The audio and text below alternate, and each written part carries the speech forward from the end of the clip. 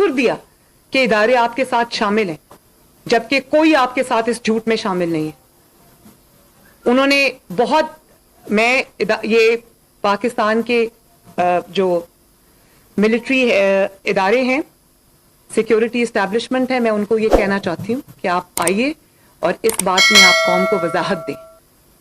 یہ ایک سیاسی بات ہے، یہ ایک سیاسی جھوٹ تھا، اس کی جو سچائی ہے وہ عوام کے سامنے رکھیں۔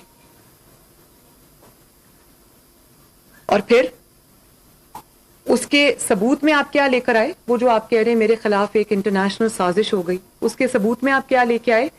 وہ تصویریں کہ میں ڈپلومیٹ سے مل رہی ہوں، رانا ثناء اللہ صاحب ڈپلومیٹ سے مل رہے ہیں، پرویز رشید صاحب ڈپلومیٹ سے مل رہے ہیں، فلاں ڈپلومیٹ سے مل رہا ہے۔ تو اگر ہم ڈپلومیٹ سے مل کے اگر آپ اس کو سازش کا نام دے رہے ہیں تو یہ کیا ہے؟ یہ کیا کر رہے ہیں آپ؟ اس پہ ذرا زوم ان کریں، یہ کیا ہو رہا ہے؟ یہ پاکستان کے خلاف سازش ہو رہی ہے؟ نہیں، یہ میں آپ سے پوچھ رہی ہوں کہ ڈپلومیٹ سے دیکھیں آپ، یہ دیکھیں یہ کیا ہو رہا ہے؟ یہ سفارتکار ہیں، یہ جب عمران خان صاحب کی حکومت آنے سے پہلے کے ہیں، جب یہ سفارتکاروں سے ملا کرتے تھے۔ جی، تو میں آپ سے یہ کہنا چاہتی ہوں کہ ڈپلومیٹ سے جب انسان ملتا ہے، پاکستان میں جو فورن ڈپلومیٹس یہاں پہ ڈپیوٹڈ ہیں، ان سے جب ہم ملتے ہیں تو ہم اپنے ملک اور قوم کی بات کرتے ہیں، ہم پاکستان کے اچھے جو چیزیں ہو رہی ہوتی ہیں، جو پاکستان کے اندر ترقی ہو رہی ہوتی ہے، جو پاکستان کا ایک پرومسنگ فیوچر ہے، ہم اس کو ہائی لائٹ کرتے ہیں۔ ہم ان کے سامنے اپنے جو پاکستان کا، اپنی قوم کا، اپنے ملک کا ایک خوبصورت جو تشخص ہوتا ہے، تاثر ہوتا ہے، ہم اس کو ہائی لائٹ کرتے ہیں۔ اور آپ ثبوت میں اپنی انٹرنیشنل سازش کے ثبوت میں وہ تصویریں نکال کے لے آئے۔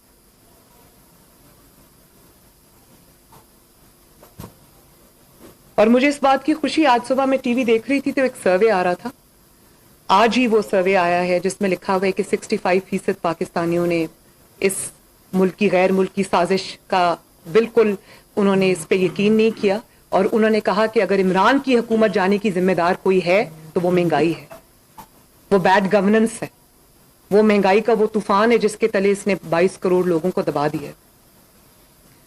تو میں عمران خان سے یہ پوچھنا چاہتی ہوں کہ قرضہ جب 25,000 ارب سے 50,000 ارب تمہارے دور میں ہوا تو یہ سازش کس ملک نے کی آپ کے خلاف؟ ڈالر جب 97 سے 186 پہ سے کراس کر گیا آج، تو یہ سازش کس ملک نے کی آپ کے خلاف؟ چینی کی قیمت 50 روپے کلو سے 120 روپے کلو تک گئی، تو یہ کون سے ملک کی سازش ہے آپ کے خلاف؟ گھی کی قیمت 120 روپے سے 500 روپے کلو تک چلی گئی، یہ کس ملک نے سازش کی آپ کے خلاف؟ آٹے کی قیمت 35 روپے سے 90 روپے 85 روپے ہو گئی، تو یہ کس خط میں سازش میں اس کا ذکر ہے؟ کھاد کی بوری 3500 روپے سے 7,000 روپے میں ہو گئی، تو یہ کس ملک نے سازش کی آپ کے خلاف؟ اور آپ یہ سمجھتے ہیں کہ آپ اپنی بدترین کارکردگی کے بعد جو 3.5 سال آپ نے عوام کا خون چوسا ہے، آپ یہ سمجھتے ہیں ایک خط دکھا کے آپ چپ کر کے نیچے سے نکل جائیں گے؟ اور آپ یہ سمجھتے ہیں کہ جو آپ کے خلاف مہنگائی کا ایک طوفان، ایک جو عوام کے دلوں میں طوفان تھا، وہ آپ کے اس ڈرامے سے ختم ہو جائے گا؟ اور آپ یہ سمجھتے ہیں کہ آپ نے جو بڑا نیریٹو دے دیا ہے قوم کو، قوم آپ کی مہنگائی کو بھول جائے گی؟ تو آپ یاد رکھیں کہ دن میں سینکڑوں بار، ہزاروں بار جب پاکستان کے عوام چینی خریدنے جائیں گے کسی دکان پر، آٹا خریدنے جائیں گے، پیٹرول ڈلوانے جائیں گے اور لائنوں میں لگیں گے، کھاد کی بوریاں خریدنے جائیں گے، جب بجلی کے بل دیں گے، جب ادویات کی اتنی لمبی لمبی قیمتیں آئیں گی، تو وہ آپ کو بد دعائیں دیتے ہوئے باہر نکلیں گے۔ وہ کہیں گے کہ کسی اور کو ووٹ دیں گے، عمران خان کو ووٹ نہیں دیں گے۔ یہ ہے آپ کی اصل حقیقت۔ اور اس کے بعد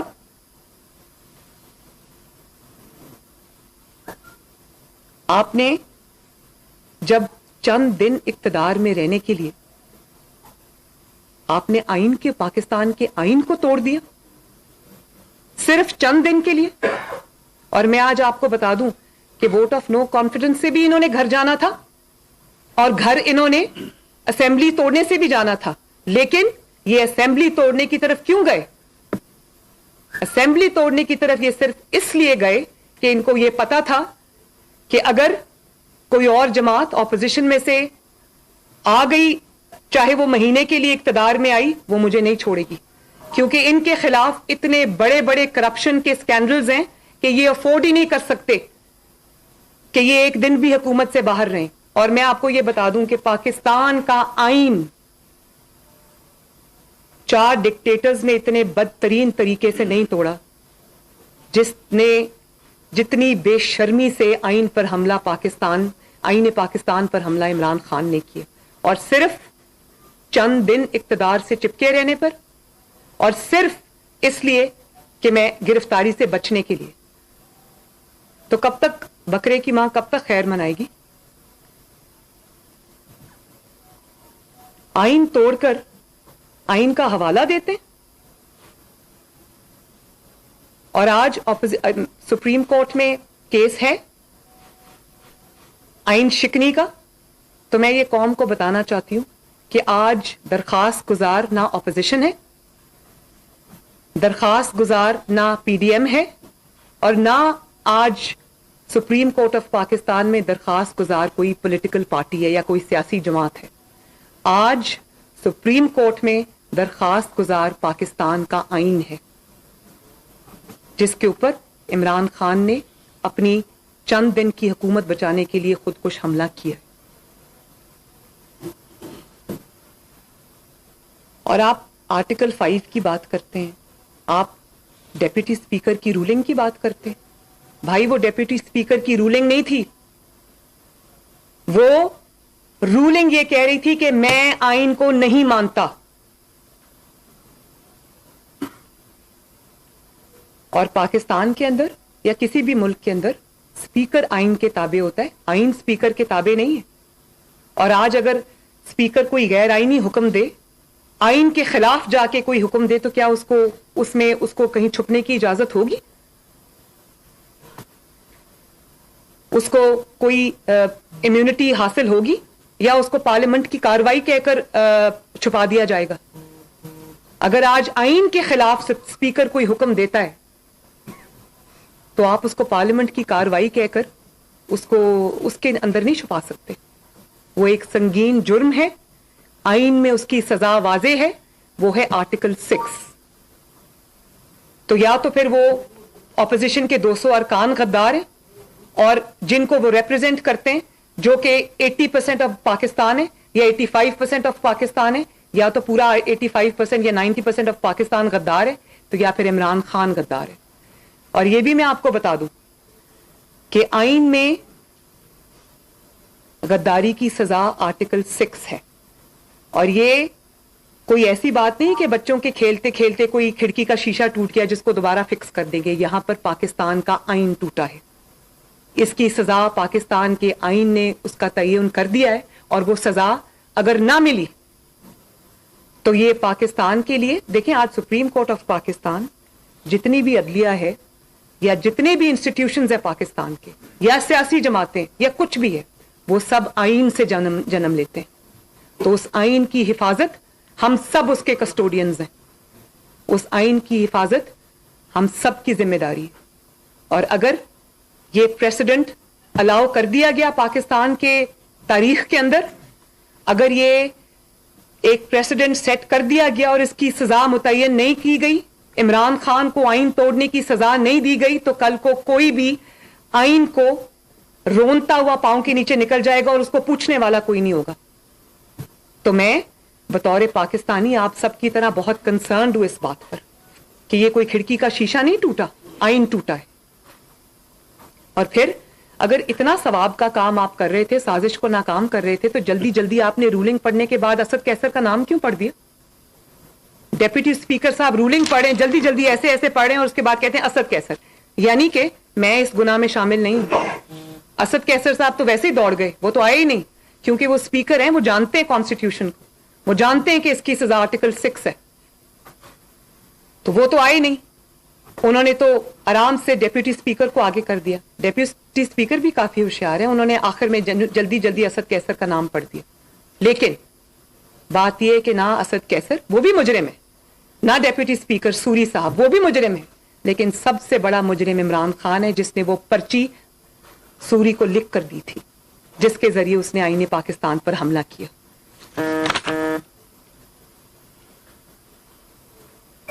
اور آج اسپیکر یہ کہہ دے اسمبلی میں کھڑا ہو کر, یہ ڈیپٹی اسپیکر یہ کہہ دے کہ میں آئین کو نہیں مانتا, تو کیا اس بات کو تحفظ دیا جائے گا؟ اس کو پارلیمنٹ کی کارروائی کہہ کر اس سے آنکھیں بند کر لی جائیں گی؟ کیا اسپیکر اپنی رولنگ سے آئین کی دھجیاں بکھیر سکتا ہے؟ کیا اسپیکر اپنی ایک رولنگ سے آئین کی دھجیاں اڑا سکتا ہے؟ اور یہ معاملہ اسمبلی توڑنے کا نہیں ہے, یہ معاملہ پاکستان کے آئین توڑنے کا ہے. صدر پاکستان کو اسمبلی توڑنے کی سفارش نہیں بھیجی گئی, ان کو پاکستان کا آئین توڑنے کی سفارش بھیجی گئی ہے.